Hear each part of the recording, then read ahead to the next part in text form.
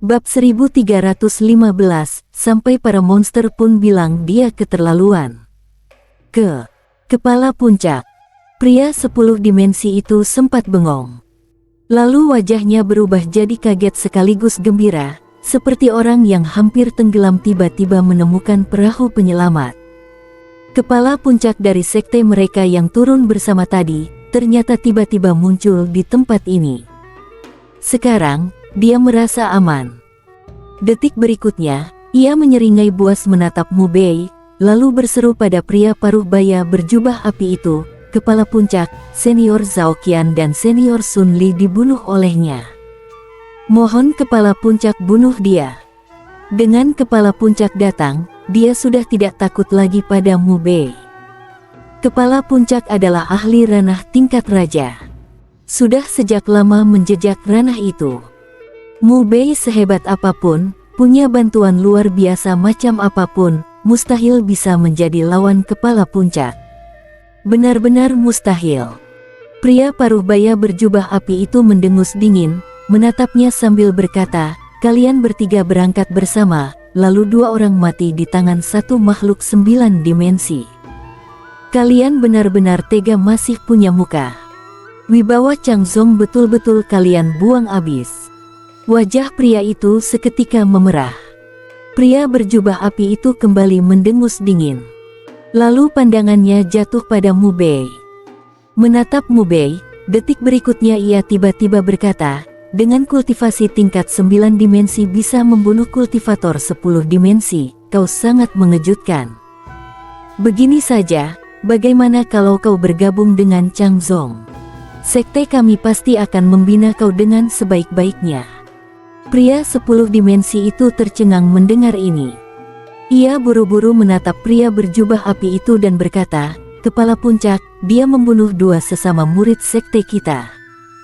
Kenapa Anda tidak langsung membunuhnya, malah mengundang dia masuk? Pria berjubah api itu mengibaskan tangan. Seketika, sebuah kekuatan besar menghantam tubuh pria tersebut. Baf! Tubuhnya terlempar puluhan meter, memuntahkan darah segar. Pria berjubah api itu kembali menatap Mu Bei. Bagaimana? Mu Bei menatapnya, berpikir sejenak, lalu berkata pelan, maaf, sepertinya kurang cocok. Orang-orang dari sektemu baru saja membantai lebih dari 100 murid dan pengikut senior di sampingku ini. Kalau aku masuk ke sektemu, hubungan ini bagaimanapun rasanya sulit akur. Duan Gao yang mendengar ini, seketika makin terharu.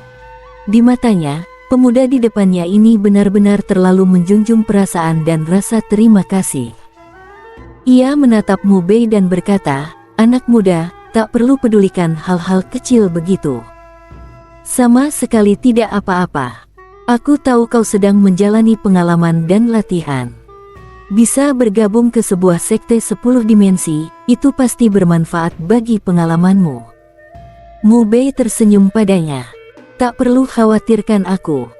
Terus terang saja, dengan bakat ultimat yang langka 10.000 tahun seperti diriku ini, aku tidak akan kekurangan tawaran dari sekte besar dan aliran besar manapun. Duan Gao sempat tertegun. Lalu mengangguk sangat serius. Kata-kata Mu Bei memang sama sekali tidak rendah hati. Bahkan bisa dibilang sombong dan pamer. Tapi, itu justru kenyataannya. Belum menghitung kekuatan misterius di belakang Mu Bei. Hanya mengandalkan bakat tak tertandingi Mu Bei sendiri saja, asalkan ia sedikit saja memperlihatkan kekuatan abnormalnya itu, sekte besar manapun yang masih waras pasti akan menangis-nangis memohon Mu Bei untuk bergabung. Mu Bei memang punya modal sebesar itu. Mata pria berjubah api itu sedikit menyipit. Ia menatap Mu Bei dan berkata pelan, anak muda, jangan terlalu sombong hanya karena punya bakat. Itu bukan hal baik. Aku beri kau satu kesempatan lagi. Bergabunglah dengan Chang Zong. Sekte kami pasti tidak akan memperlakukanmu dengan buruk. Kalau tidak, akhir hidupmu hari ini mungkin akan sangat tragis. Mu Bei tertawa, mengancam dia. Saat ini, pria 10 dimensi yang tadi sempat terlempar oleh tamparan pria berjubah api itu tiba-tiba bersuara. Sambil menunjuk Mu Bei ia berseru, "Kepala puncak, sikap sombongnya itu jelas-jelas tidak memedulikan muka Anda. Dia benar-benar sudah mantap memilih jalan mati." Mu Bei melirik sekilas ke arahnya. Sekilas tatapan itu menyapu, ruang di depan pria tersebut langsung terdistorsi. Detik berikutnya, gelombang ruang muncul dan langsung menyapu ke arahnya. Pria itu terkejut ketakutan. Baru hendak mengangkat tangan untuk menahan, gelombang ruang itu sudah keburu menelannya. Ah! Jeritan melengking terdengar. Tak lama kemudian, tubuh fisiknya hancur berantakan. Bahkan jiwa dan rohnya ikut tergiling lenyap. Pemandangan ini membuat semua orang berubah wajah. Cara bertarung yang diperlihatkan Mu Bei barusan benar-benar luar biasa. Pria berjubah api itu menatap Mu Bei erat-erat. Barusan itu kekuatan ruang. Kau menguasai Dao Ruang. Dao Ruang. Sejak zaman dulu hingga sekarang, orang yang mampu menguasai Dao Ruang, jumlahnya tidak sampai 10 orang. Dan orang-orang itu, semuanya adalah eksistensi yang namanya mengguncang masa lalu dan sekarang. Anak muda di depan mata ini, bisa disandingkan dengan para eksistensi dahsyat itu. Ia benar-benar terkejut. Lalu, detik berikutnya, sorot matanya berubah menjadi sangat membara. "Anak muda, aku kepala puncak ini mengundangmu sekali lagi. Bergabunglah dengan sekte kami. Kami akan mengerahkan seluruh kekuatan sekte untuk membina dirimu. Kalau kau menolak, hari ini kau pasti mati tanpa sisa. Orang yang tidak bisa kupakai, pasti akan kubunuh. Kalimat ini, kau mengerti kan?" Mu Bei. Ia memandangi pria paruh baya itu dan berkata, "Bukan apa-apa. Aku saja yang heran. Aku sudah memperlihatkan bakat dan kemampuan seaneh ini, kenapa kau masih harus cari perkara denganku? Kenapa harus mengucap kalimat, orang yang tidak bisa kupakai pasti kubunuh, segala? Kau waras tidak? Menjadikan orang seperti aku musuhmu, untungnya apa buatmu? Kamu ini sebagai kepala puncak, pada dasarnya juga cuma pekerja level tinggi saja. Kau ngotot apa sih?" Pria berjubah api itu berkata dingin, "Kurangi omong kosong. Masuk sekte kami atau mati di sini. Pilih." Duan Gao. Kenapa orang ini sebodoh itu? Mu Bei sudah menjelaskan semuanya dengan sangat gamblang. Kenapa masih saja tidak nyambung? Detik berikutnya, ia bergumam, "Ternyata, orang yang sepintar aku ini memang langka." Saat ini, Mu Bei menatap pria berjubah api itu. Ia tersenyum tipis. Detik berikutnya, ruang di belakang pria berjubah api itu terdistorsi. Sebuah retakan ruang raksasa tiba-tiba muncul. Retakan ruang itu seperti seekor binatang buas tak tertandingi yang membuka mulut berdarah raksasanya, menelan ke arah pria berjubah api itu. Pria berjubah api itu terkejut. Aura ranah tingkat raja meledak dari tubuhnya. Ia buru-buru mengangkat tangan, mencoba menahan retakan ruang tersebut. Namun, percuma. Retakan ruang itu menggulung kekuatan Dao yang mengerikan. Detik berikutnya, ia langsung terseret masuk seluruhnya. "Lepas! Jangan!" Diiringi jeritan takut yang melengking, aura pria paruh baya itu lenyap. Ia ditelan oleh ruang. Si kilin hitam memutar bola mata. Seorang ahli ranah tingkat raja di atas 10 dimensi, juga tewas dalam satu serangan begitu saja. Gila. Sampai para monster pun merasa dia ini terlalu monster. Saat ini, ruang di samping Mu Bei terbelah. Cincin penyimpan milik pria berjubah api itu muncul di hadapannya, lalu ia raih dan genggam di tangan. Begitu kesadarannya menyapu isi cincin, detik berikutnya wajahnya langsung berseri. Batu Suan. Di dalam cincin pria berjubah api itu, ada 5 batu suan. Bagus, bagus. Akhirnya dapat juga beberapa biji benda ini. Ia tertawa lepas. Sudah membantai beberapa gelombang kultivator 10 dimensi, akhirnya kali ini ada hasil nyata. Dengan 5 batu suan ini, Dalam sekejap ia bisa melangkah ke ranah tingkat sejati di alam 10 dimensi. Ia menyimpan kelima batu suan itu, lalu berkata pada Duan Gao, "Senior, kalau begitu aku pamit dulu. Harus cari tempat untuk menembus ranah tingkat sejati." Duan Gao mengangguk, lalu mengangkat tangan memberi salam hormat pada Mu Bei. "Terima kasih, anak muda. Jasa besar hari ini, aku, Duan ini, akan selalu mengingatnya." Tuan besar pertama dan tuan besar ketiga dari Villa Gunung Panah Dewa, bersama beberapa orang lainnya, juga buru-buru maju menghampiri Mu Bei. Mereka dengan sangat sungguh-sungguh menyampaikan rasa terima kasih. Hari ini, Mu Bei menyelamatkan seluruh Villa Gunung Panah Dewa mereka. Ini benar-benar jasa tak terbayar. Mu Bei tersenyum. Sama-sama. Setelah berbincang sebentar dengan mereka, ia meninggalkan Villa Gunung Panah Dewa. Ia menemukan sebuah pegunungan terpencil, lalu di sana ia mengeluarkan 5 batu suan itu dan mulai memurnikannya. Tak lama kemudian, boom! Sebuah pusaran tribulasi langit muncul di angkasa. Dalam waktu singkat, dengan 5 batu suan itu, ia menembus ke ranah tingkat sejati, berdiri kokoh di tahap awal kuasi sejati. Ia bangkit berdiri, memanggil keluar pedang penghancur tribulasi untuk menahan tribulasi. Boom, boom, boom. Guntur meledak-ledak. Kilat pemusnah menyambar turun satu demi satu. Sekejap saja, lebih dari 2 jam berlalu. Dalam waktu 2 jam lebih itu, Mu Bei menahan seluruh tribulasi langit. Lalu ia dengan cepat menyembuhkan luka di tubuhnya. Kekuatan keseluruhannya meningkat pesat. Detik berikutnya, ia berdiri tegak. Pergi ke 10 dimensi. Bab 1316, ternyata kamu baik juga. Sehari kemudian, lewat kanal dimensi dari 9 dimensi menuju 10 dimensi, Mu Bei akhirnya tiba di langit 10 dimensi. Langit berbintang di sini jauh lebih luas dan jauh lebih dalam daripada di 9 dimensi. Ia menapaki sebuah bintang raksasa. Di dalam bintang itu, gunung-gunung dan sungai-sungai menjulang, aura alamnya luar biasa. Bahkan bintang paling cemerlang di langit 9 dimensi, kalau dibandingkan dengan pemandangan di dalam bintang ini, tak ubahnya hanya sebidang gurun tandus. Jaraknya terpaut terlalu jauh. Mu Bei bergumam pelan, "Cari dulu tempat buat tutup diri." Hei Qilin mendengar itu, heran, "Baru naik ke sini kok langsung tutup diri. Tutup apaan?" Tiba-tiba dapat pencerahan besar dalam kultivasi.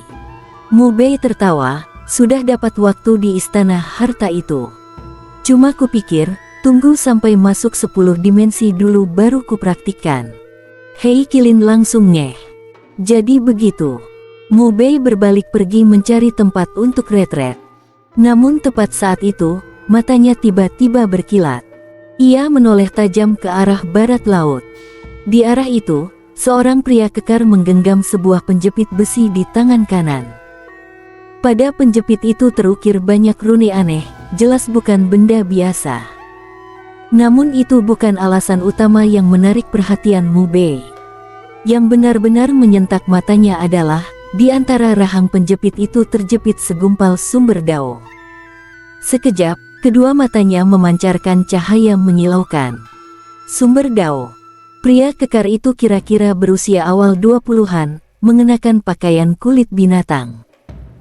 Tangan kanan memegang penjepit yang menjepit sumber dao, tangan kiri menggenggam sebuah buah spiritual yang ia gigit besar-besar.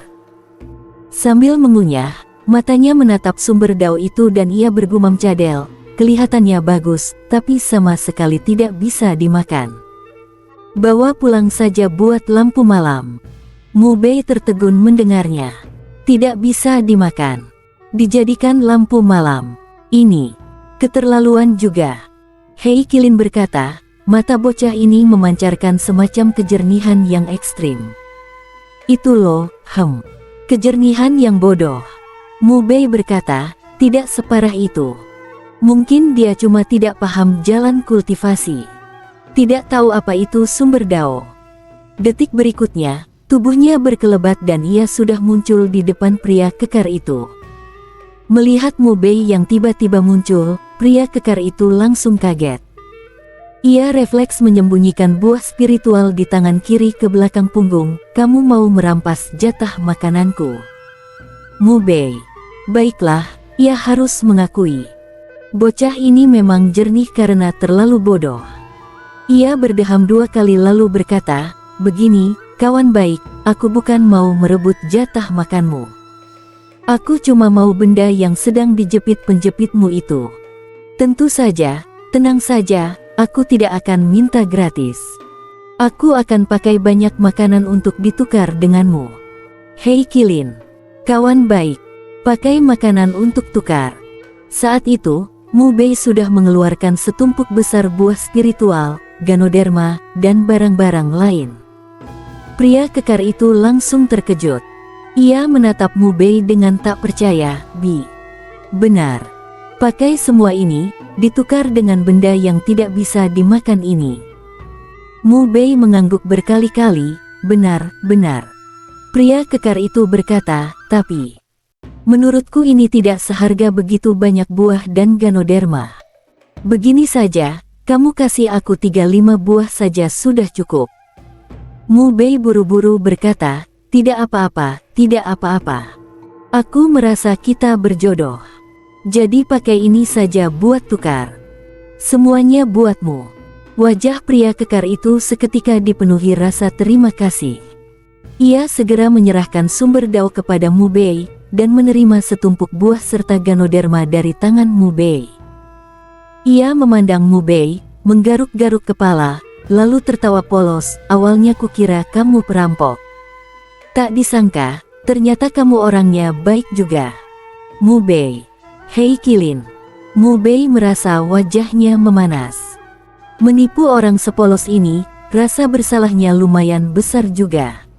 Ia berdeham 2 kali, lalu berkata pada pria kekar itu, begini, aku masih ada urusan.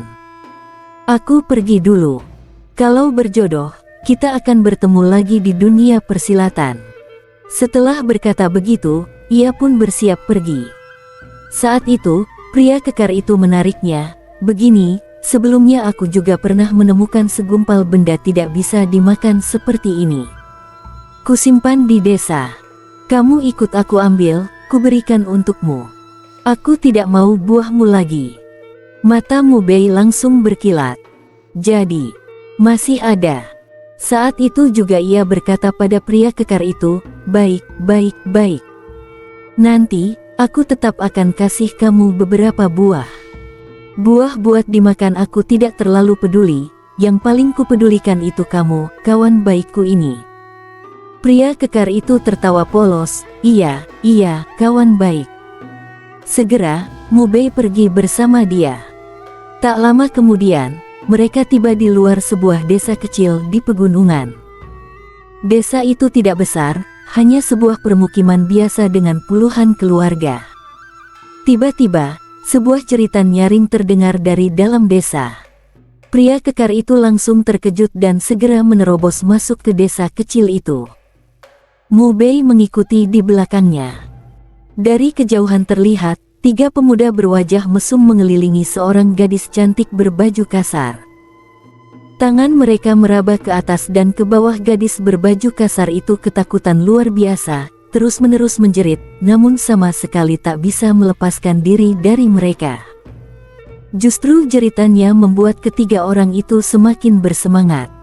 Tak jauh dari sana, seorang lelaki tua dan beberapa pria kuat tergeletak dengan tubuh retak-retak dan mati mengenaskan.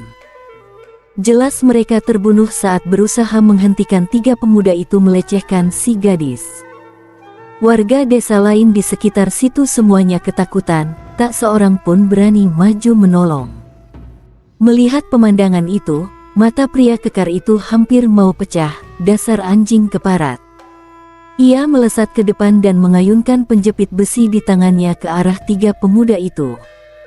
3 pemuda itu memandangnya dengan jijik dan meremehkan. Salah satunya, seorang pria berjubah pendek, asal menunjuk ke arah penjepit besi itu. Keduanya saling beradu. Krek. Jari pria itu langsung remuk, lalu dengan suara "peng", ia terpental jauh ke samping.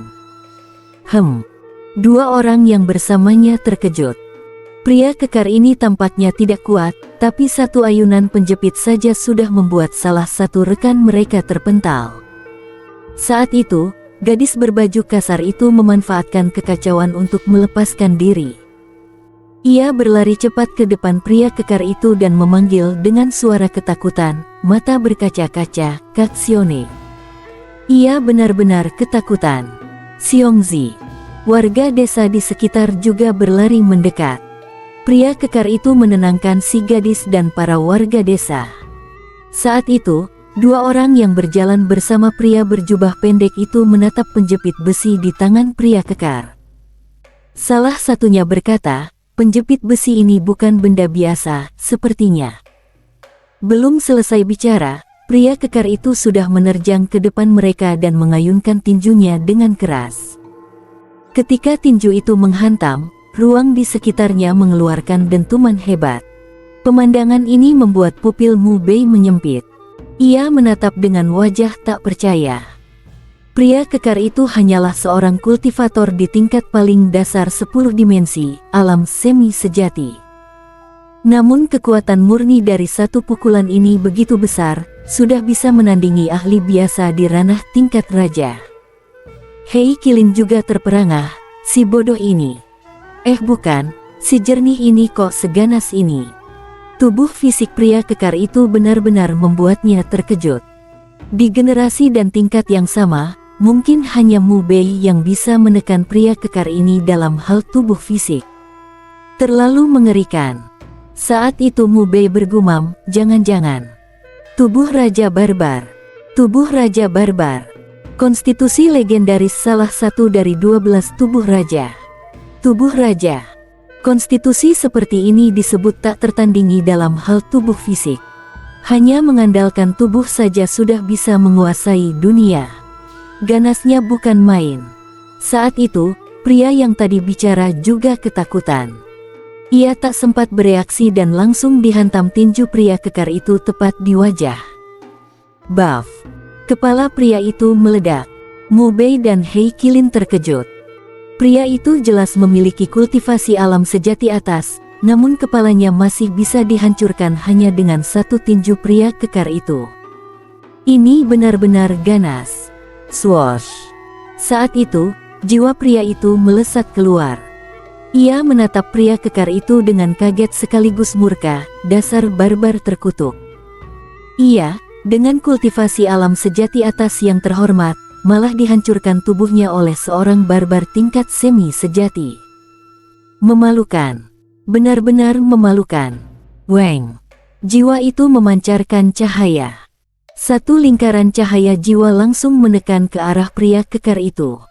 Cahaya jiwa ini adalah sebuah seni jiwa.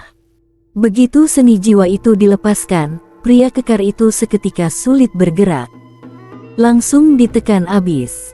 Tubuh fisiknya memang gila, tapi dalam hal teknik dan seni jiwa ia masih sangat kurang. Jiwa pria itu menatap pria kekar itu dengan wajah keji, "Mampus kau." Kekuatan jiwanya membentuk seberkas cahaya pembunuh yang langsung menebas lurus ke arah pria kekar itu. Sekejap kemudian, cahaya pembunuh itu sudah tiba di depan pria kekar itu. Namun pada saat yang sama, Mu Bei muncul di hadapan pria kekar tersebut. Dengan satu kibasan tangan yang santai, ia menghancurkan cahaya pembunuh itu. Bersamaan dengan itu, ia juga mengguncangkan dan melenyapkan belenggu kekuatan jiwa yang menekan tubuh pria kekar. Bersambung.